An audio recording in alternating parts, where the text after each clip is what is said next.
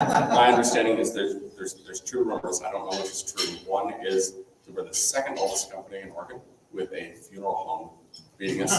The other is that we're the third oldest with a funeral home and a distillery. So that says something. Not quite sure what, but definitely something. So I was asked to speak and didn't get a very detailed agenda. So I figured I should tell some stories, because if I just give you a security awareness lecture, I think some of you have heard that before, and that's not why you're here. Chris, you've gotten a security awareness lecture before? No, Okay, awesome. That'll be at the end. So I thought I'd tell some stories instead, and I looked for a common theme, and I decided that trust was probably a useful ribbon that I could weave through these. So let's see if I can find the forward and back buttons on this. Awesome. So first we're going to start with safety moment. Then we're going to talk about who on earth am I. Then we're going to do a little bit about some stories, and then outcomes, because somebody here wants some numbers about, like, is this just happy, fluffy stuff, or is this actually related to revenue? And then a recap maybe. So, safety moment. You're not using that one, just so you know. Okay. Yeah, it's Yeah, awesome. yeah, I was gonna say, if it's in your. Here, I'll put that down. There you go. Okay, so safety moment. I love this. I'm going to sneak over here and get out of the frame of the camera. So winter fatigue. They were actually predicting snow. A couple days ago, they were predicting snow at the end of this week. It's still dark. I know we've had daylight savings time, but it's actually fairly dangerous. People can't see well, causes accidents. A lot of us have folks, whether it's our teams, our employees, family members, they're driving early to get to school or whatever else. We got some lousy weather. They're coming up with grapple and new terms for lousy weather that I didn't know before. But it all comes down to being a little bit dangerous, people being tired. Impacts are people just aren't as aware as they should be, or as they'd like to be, as they want to be. It's dangerous. A couple extra seconds delay as they're hitting the brakes. That can be pretty impactful. So I looked at this further. You know what you're supposed to do about it? Eat right, exercise. So this wasn't super insightful, but I think it's just more emphasis that we do actually need to take care of ourselves. And by extension, we need to be taking care of our teams, because a lot of us are leaders, right? And so we're watching out for our teams, making sure that they're getting enough sleep. You know, if they were up till 2 in the morning dealing with that outage or whatever it was, are we thinking about that? So I take a minute to remind you to think about some of those things. So who on earth is this guy? So I work for Northwest Natural, we covered that. Got a fantastic hair.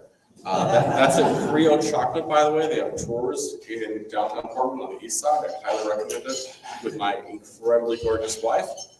And below we have my kids and my mom, who moved to the area during the pandemic and all of that fun. I got some alphabet soup from the University of Maryland, from Norwich University, and Central Washington University. I heard somebody had a son who was hoping to go there. Wonderful school. And too many certifications to fit on the screen. But back to trust, because really that's getting ahead of us. So where do you build trust? Do you build trust over a wonderful dinner here? Nah, not really. You build trust in high stress situations, right? That major SAP implementation with a crazy short deadline, that new regulation that you really didn't want, but here it is. The hard conversation of where the stops, right? That's where we really actually build trust. Also, you can build trust 800 feet underneath the ocean, because that too is a stressful environment. So this is the USS Connecticut. When I was on it decades ago, it was the newest submarine in the Navy. 362 feet, 9 inches long, plus propulsion. Wonderful experience. Everybody should have experiences like this. I'm really glad I did it past tense. you get to see beautiful scenes like this. Also, here's another picture. Can anybody know what this is a picture of? I hear a polar bear. What else is in the picture? Conning tower, What? submarine conning tower. That's a rudder. It's the rudder of the submarine right over here. Oh, tail. Yeah, so this is taken from the periscope pointed down at the bear attacking the rudder. And so you get to have these amazing experiences when you go and do crazy things. And this is the kind of thing where you build trust, where you have high stress, a lot of time together with 130 of your not so closest friends in the whole wide world, the same square footage as a 4-bedroom home. Those are the situations where you build trust, right? Not necessarily fun, but that's how it seems to work for me. Also, did I mention that it's inherently dangerous? That's a picture of the Kursk, a Russian submarine that happened to have an accident with one of its torpedoes while I was in the Navy. I happened to be in the Atlantic when that happened. It also happened in the Atlantic. Don't recommend that, it leaves a mark, but it's pretty brief at least. But being inside a steel tube with a nuclear reactor, a bunch of torpedoes, a bunch of missiles, high pressure air, that the guidance, if you're trying to figure out where the high pressure air leak is, you take one of those little rooms, right? And you wave it in front of them. And when it starts getting shorter, you found the high pressure air leak, right? Because it gets literally cutting off the room because the pressure is that high. So it's an inherently dangerous situation. So how does all that relate to trust? Well, if you're going to deal with something that potentially dangerous, whether it's the air or the water, the pressure, by the way, at 800 feet, which I can say we went 800 feet down. We actually went further, but I can't remember the number, and I'm not allowed to say it if I could, is 24 times normal atmosphere pressure at sea level. So that'll leave a mark, but it'll also be brief. So that's a good thing, right? But the way you build trust, the way you live through those things, is to be able to depend on the person next to you, right? And so one of the ways you do that is you have a very robust, transparent process. So you know that the person next to you knows how to do their job. So that they know that you know how to do your job, right? And that applies for new employees on your team. That applies for submarines. And so I got one of these glorious qualification cards with, I think it was 234 signature blocks about, do I know something about the reactor? Do I know something about how to put out fires? What if it's a liquid that's on fire and not a solid? What about this? All the things that they want you to know. It's a fairly rigorous process, typically takes 6 months to 12 months. And so going through a process like this gives you assurance that everybody else who went through this process actually knows something about what they're doing, right? And so that's a way to build trust. It's got transparency, so everybody knows what the process is. You all get to go through it together, whether you like it or not. And so there's some nice attributes there. So let's talk about names. So this is recently retired Rear Admiral Fritz Rogan. He was head of the, I think, National Defense University, but I didn't know him when he did that. I'm too old for that. I knew him when he was brand new and was about to be the commanding officer of the USS Connecticut. You'll remember that from a couple slides back. He went and sat down with all the officers and talked to them about, hi, I'm the new captain, want to get to know you all, and had a conversation. I wasn't invited. I was the new guy. Then he had a conversation with the senior enlisted folks, the middle enlisted folks, folks below him, and the peons. I was in that group. I've been there like a week. Let's be realistic about this, right? And he asked us, everybody cover up your name tags, because everybody in a submarine has this little name strip. So you cover them up. And he went around the room and knew every single person's name. Now, that's a pretty cool parlor trick. I can't do it. But what does that say to you about accountability? Do you think you're going to be able to get away with something and say, oh, he doesn't know that? Nah. Nobody's thinking that, right? Does that maybe Maybe the fact that he bothered builds some respect, right? How many of us actually know not just our team's names, but their spouses, their dogs? They've been on your team for a decade or so. Maybe we should know some of those things. But that shows some respect, some care. He was incredible at it. But I think that's in contrast to some other folks. It wasn't being live streamed. I got started out as predecessor who didn't do that. But let's talk about leading teams. I've gotten to lead teams at these amazing organizations. Not all of them as an employee, some as a contractor. But also, a way to build trust is by making flow charts. So this one starts off with, we've got a team that's doing security assessments. Our entire job was to spend years pointing out all the mistakes that other IT professionals make. This is not necessarily a way to win a popularity contest. However, if you work things correctly and you're methodical and you build those relationships, you can at least be respected and have a good working relationship with folks. One of the folks from our company sent an email to our team with why is it that y'all aren't following the process? It's news to us. We read the multiple 100-page publications from the federal government from a great organization called NIST. We read the Department publications from Treasury. We read a bunch of these things. We thought we were pretty close. And so we wrote back and asked for the policy or the procedure or the process that we weren't following. A couple of days go by. Oh, we're not following the process, but you don't have one. So maybe being a little passive aggressive, maybe realizing we did need to document our process better, we built a flow chart, as one does, right?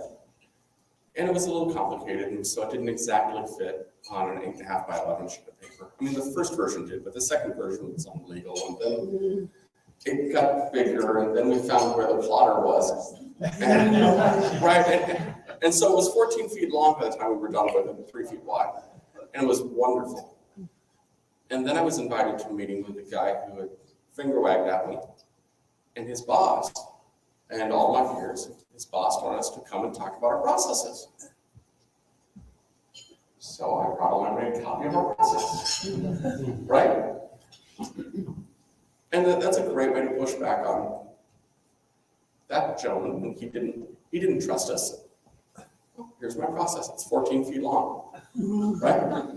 But also, when we got pushback from our customer saying, oh, well, this piece is going to be, we can't give you this piece today. Not a problem. You do understand that that piece is a precursor to these other pieces. And that's a precursor to this. And that's a precursor to us being done. And you do understand we're on a time and materials contract. And so that means that the completion date and the cost are going to slip. And you're good with that, right? And if they're good with that, then that's wonderful. And if they're not, then they have hard choices to make, and that's okay too. But that transparency, that clarity is really helpful for them. But we got to talk about ice cream cakes, because some of this has been kind of serious. Also, in contracting, particularly government contracting, it's really nice to have what I call shiny bottles on resumes, right? So I've got too many certifications and a bunch of degrees, and there are folks that are way smarter than me and way more capable than me who have less alphabets to them, right? But if you're doing contracting, it's really nice to have a good looking resume, right? And it's nice to have a team with a good looking resume so they can advance and they have other opportunities as well.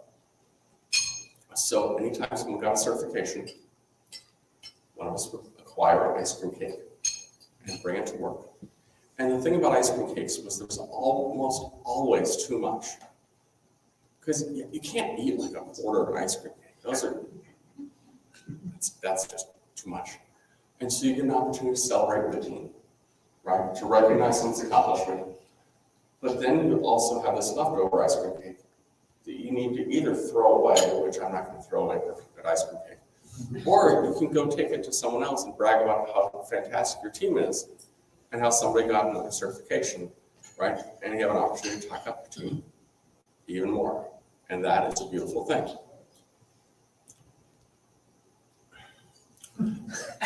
But there's also murder boards, right? So in tension with ice cream cakes, murder boards are a rigorous peer review process. So remember my team wrote how terrible different technologies were. And so we'd write these reports, and the key piece of it was the findings. Well, what are the actual problems? Who cares? What should somebody do about it? And how do you prove it's actually fixed? So instead of just, I write my findings a certain way, you write your findings another way, you write yours another way, we had a standard format, and then we would get everybody together and poke as many holes as we could in those findings. And so if you point out the problem with my findings, I'm much better with that than if my customer does, right? Because I'd rather my team see my mistakes than my end customer. Also, you're going to see my writing stop and see, oh, this person's been doing it for a while, or maybe you've got some new ideas, and it's going to bring all of us up at the same level, and our findings will be consistent. And so you've got the entire team poking holes, but being consistent. And if you've got a supportive team, that's okay to do. Don't make it adversarial. That's not the point at all. I'm not saying that. But that's another way to build trust, because then it's consistent. And so your team members trust that you're not skirting the process. I'm not skirting the process. We're all in this together. The other thing is it builds ownership, right? Because it's not just my findings. Now you modified something, you modified something, and so now it's all of ours. And so now you've got better buy-in that this doesn't have my name on it. This has our name on it, right? Which is going to continue to build that trust, the camaraderie, all those wonderful, glorious things. So let's talk about daily stand-ups and retrospectives. So for various reasons, my team expanded right before we all went to work from home for a while. So I think half my team was new within 3 months of everybody being sent home because of COVID about 2 years ago. And we implemented daily stand-ups and retrospectives right then. And that allowed us to stay in touch. And the questions in the daily stand-ups were always the same 3 questions. I can't read them, but something effective: what did you accomplish yesterday? What are you working on today? And do you have any blockers? Right? And so we had folks that have been there 18 years on the same team as somebody who's been there a week and a half. And so the things that were a blocker for the person who's been there a week and a half, the person who's been there for 18 years certainly knows how to do, may have forgotten how to do, and so that was a good way to keep people engaged, but it also let the folks it was a good way to keep new folks engaged, but it also kept the folks with some more seniority. See, I didn't say old folks, you thought I was going to say that. But it kept the folks with more seniority engaged because they were able to contribute and have something to share, not just wait until someone calls it because the new person doesn't actually know who to call. Retrospectives, we were really looking at what went well, what didn't go well, and then what can we do differently next month to make things better going forward. Very, very common in software development. I can say that it works just fine in security and compliance as well. Not everything is exactly a round peg and a round hole, but that's okay. But by being transparent, by being authentic, by being a little vulnerable with that, you end up with a list of here's where we were stuck a little bit last year. And then you can also look back and say, and actually we've improved as well. But let's talk about everybody's favorite kind of regulation. Surprise regulation. Let me tell you, that's my favorite. No, it's not. So a year and a half ago, we had the Northwest Natural's largest technology project ever, a SAP major upgrade, migration to the cloud, beautiful, amazing, awesome project. It was in formal planning for, I want to say 2 years, and then execution, incredible project. And our third biggest technology project ever. Let's go and implement all the bells and whistles in Microsoft's M365 suite. Awesome, great project, wonderful. And then we got handed, thanks to an incident at Colonial Pipeline. Did anybody hear about that? Okay, some laughter, so I'm going to take that as a yes. Sorry, I just want to be sure that I'm not in insular security circles.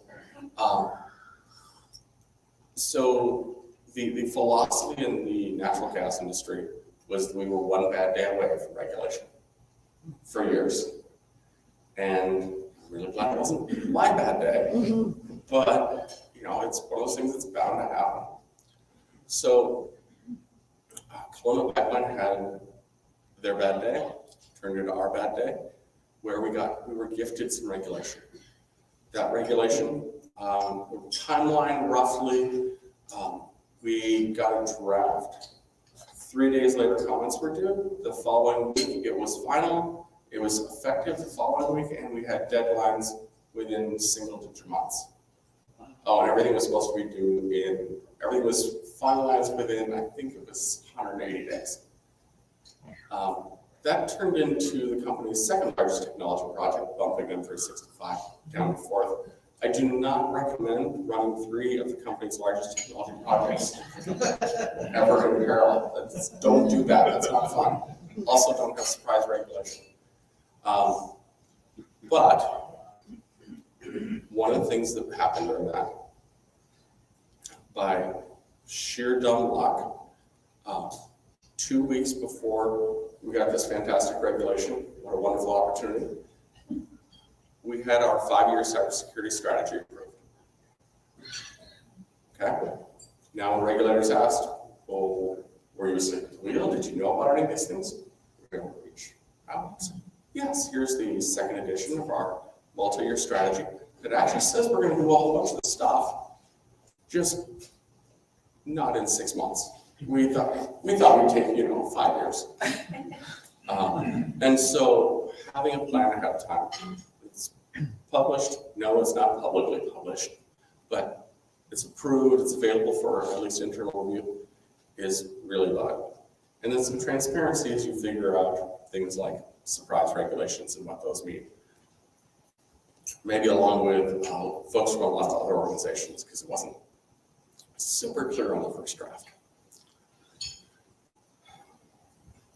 This gentleman, Rahm Emanuel, his quote that I cannot read at all, but I'm going to paraphrase it, has never let a good crisis go to waste, was one of the things that was a part of our approach to dealing with surprise regulation. We've got a driver to actually make real change. So let's actually make the change that we need instead of just the bare minimum that would maybe meet the requirements, but wouldn't actually meet the intent of the requirements, wouldn't actually provide any value. It would be a glorious way to spend oodles of money, but if we actually want to provide value, if we actually want to reduce risk, let's go ahead and do the things we really need to do. So that's a little bit Machiavellian. So I'm going to balance it with Maya Angelou's famous quote is, yeah, right? Yeah, people remember how you made them. I'm going to have the audience read this next time, or I'm going to get on the screen. People need to know that you care before they care what you know, right? I think that's really true. So when you're on challenging projects, having team members actually know that you care about them, not just as a resource. By the way, project managers, could we please stop referring to human beings as resources? People don't feel cared about when they're a resource. But people actually feeling cared about, and whether that's because you did a safety moment and actually talked about how they can be safe, whether that's because you actually heard them when they said yes, how they're doing, and they said fine, and you stopped. No. How are you naturally do it, right? Nobody's fine. But this is critical as well. So little Machiavelli and little Michelangelo, together there's a balance there somewhere. Okay. So I said I actually had numbers. So I'm a bit of a numbers guy. So if I just say all this stuff, but I don't have numbers to back it up, it sounds nice, but so what? While I was contracting over, I think, 10 months or so, we doubled revenue, increased profitability by 2.5 on a percentage basis, 2.5 times. So that means profitability actually went up 5 times. We dealt with some interesting organizational challenges from our customer. I still haven't memorized all my slides. Oh, and the Fortune 500 company I was working for spun off half the company. The main part of the company for that contract decided to keep us around. My team had pointed out all the problems and all the mistakes, and that's all we did. Rather than say, you know what, well, we've had enough of y'all. It was a wonderful opportunity. They easily could have sent us packing. Instead, they said, you know, we'd like to keep you around for a while. So that's nice. But part of that's because of trust, because of transparency. Even though I'm calling their baby ugly on a daily basis, writing hundreds of pages about how ugly their baby really truly is. With trust and transparency, they decided to keep us around. So, we need to actually care for our people at an organizational level, right? So if this means, and I know no one in here would do this, but I've heard of organizations where performance reviews are a once-a-year thing and there's no feedback except at the end of the year. That would be crazy talk, but I'm sure none of that would happen, right? But actual meaningful feedback throughout the year that actually helps people grow instead of just critiques. Let's see. Yeah, there's no way I'm going to read that. Values. Who here actually talks about their organization values on at least a monthly basis with their teams? Okay. If y'all don't have value statements that you actually believe in, that's a problem. So my team talks about it at every single retrospective, at every single town hall. So if folks are hearing about it at least 2 times a year, or excuse me, 2 times a month. Additionally, there are performance reviews that you'll actually embody our values. And if your values aren't things you believe in, time for rewrite, time for role change. I don't know. Maybe not. But I challenge you that if your organization's values don't align with yours, that's a gap. If your organization's values do align with yours, but they're just really poorly articulated, that's a gap too. Maybe it's just build a mission statement for your team and help your team focus on that. But I think there's a lot of value in values. I'm gonna go stand here where it's gonna get just this part of me. That's gonna be awesome. You good? I'm good? Okay, wonderful. Clear. This way I can actually kind of read it. We talk about training and we only focus on classroom training. But adult learners only get 10% of their learning that way. Okay, so can we shift some of focus to be all the other ways to learn? Would that give somebody who's done it 100 times a change of pace if they get to, work alongside someone new, or maybe, hey, let the new person do a first draft and somebody more senior reviews it? That might be better for everybody involved. I've also had more junior folks get to talk to outside experts. So we've got a level 1 security analyst who got to have a call with Forrester and talk to Ali Mellon, who's incredibly bright, and get her perspective on some stuff. So there's lots of things where we can grow and learn besides just those things. And if your team actually thinks you're caring about them Yeah, at an organizational level, I think there's value to that.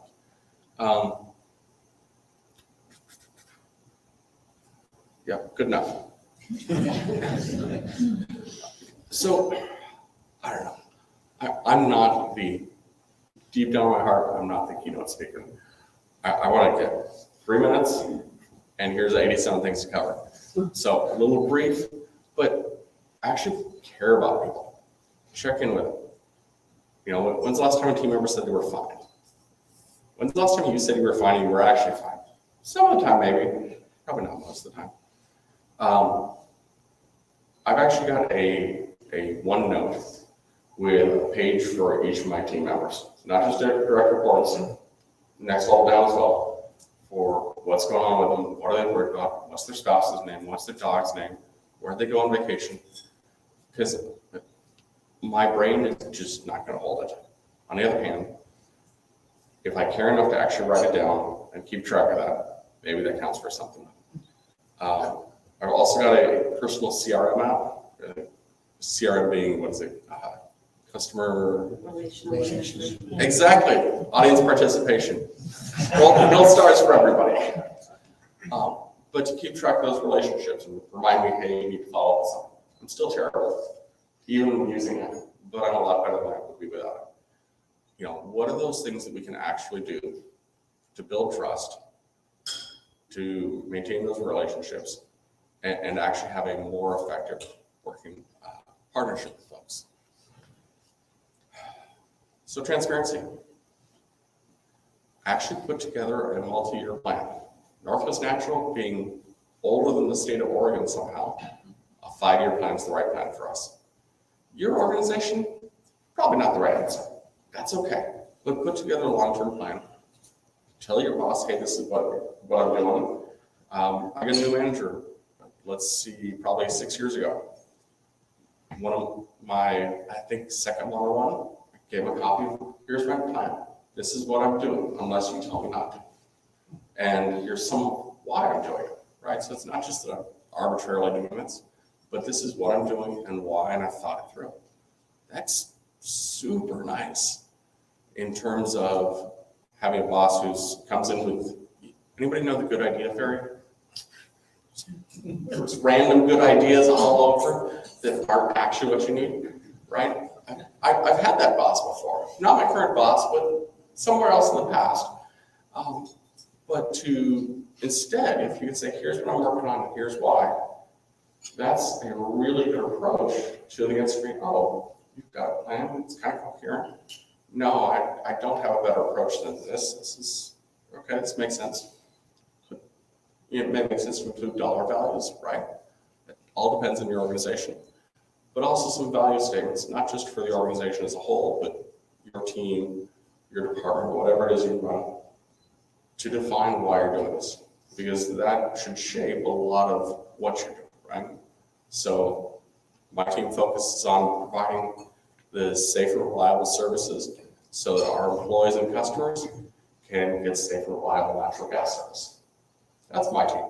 Your team probably doesn't do that. I'm certain your team doesn't do that, in fact. But having some kind of clarity about what you're doing and why is helpful. And with that, thank you all.